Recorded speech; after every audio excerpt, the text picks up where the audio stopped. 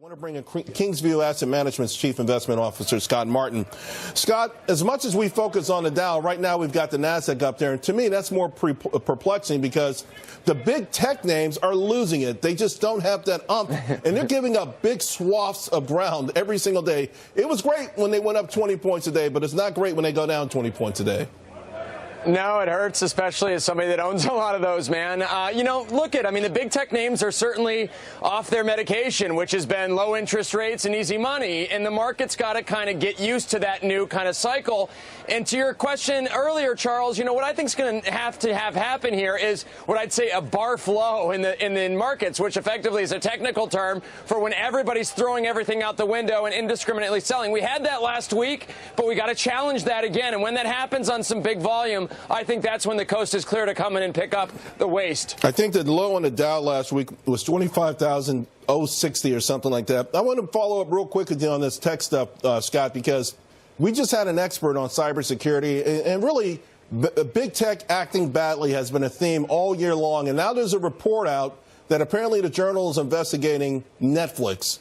And it's going to be a very damning report about how tough it is to work there, how mean these guys are, how they push their employees. Like the culture. It's going to be about the culture there. Many people wonder why Netflix could not maintain that huge rally yesterday, and now it's down today. Is this kind of stuff hurting these stocks as well? Yeah, it's just hurting the overall mood, I think, Charles. You're right. Big tech has been in a lot of trouble. Reminds me of my children this year, And I'll tell you what is interesting, though, is like a lot of these companies, I think, just got over their skis. They got too big for their bridges. They made a lot of money. They let their success go to their head, and they thought they could treat people and their customers like anything they wanted. And it's realizing to them that they can't just do that. So there's going to be fallout from that stuff on Netflix, just like there has been in Facebook and Google and other names. But eventually that'll be a time to buy them because, let's face it, these companies are strong, and I'm long them. Yeah, the key quote there is a bruising workplace. Adam, okay, so what brings us back? You and I talked a lot during the show and during the breaks.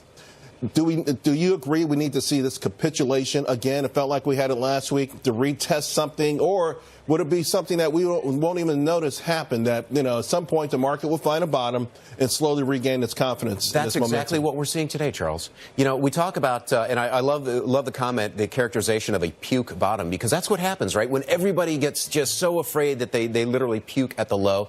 That was what we saw last week. I think today is what we're getting. We're getting a retest, in effect. It doesn't necessarily have to be on volume, but we're trying to get people, traders, short-term guys, comfortable with the fact that we're down here. Are they actually willing to come in and take a stand? I'll tell you this, Charles. Since 1950, there have been 30 times during bull markets when the market has corrected 3% or more during a day. All right? That's what happened last Thursday.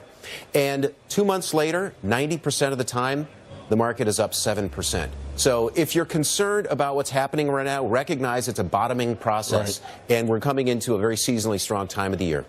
Shaw, on that point, the S&P 500, the forward PE now is well under 16.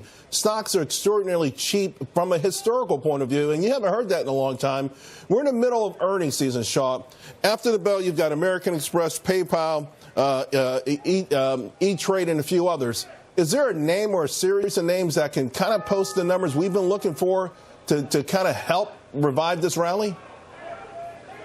Well, I think the technology stocks need to lead once again, and I agree with Scott. They've had some issues, and obviously they've been selling off. Most of it has been profit-taking, but now there's not a lot of bids underneath them. So if they roll over, if their earnings aren't very positive, and if their forward guidance isn't very positive, I think that's going to be a real problem for the market because, again, they're the companies that have led the market higher. They're probably going to be the companies that take it down if their earnings aren't good or if their forward projections aren't good. I'd like to see financials continue to do pretty well, even though the market is slapping them down because the market as a whole there's a lot of weight on it. Unfortunately, gentlemen, thank you. I really appreciate your expertise, particularly in all of this market turmoil. All right, Liz Clayman.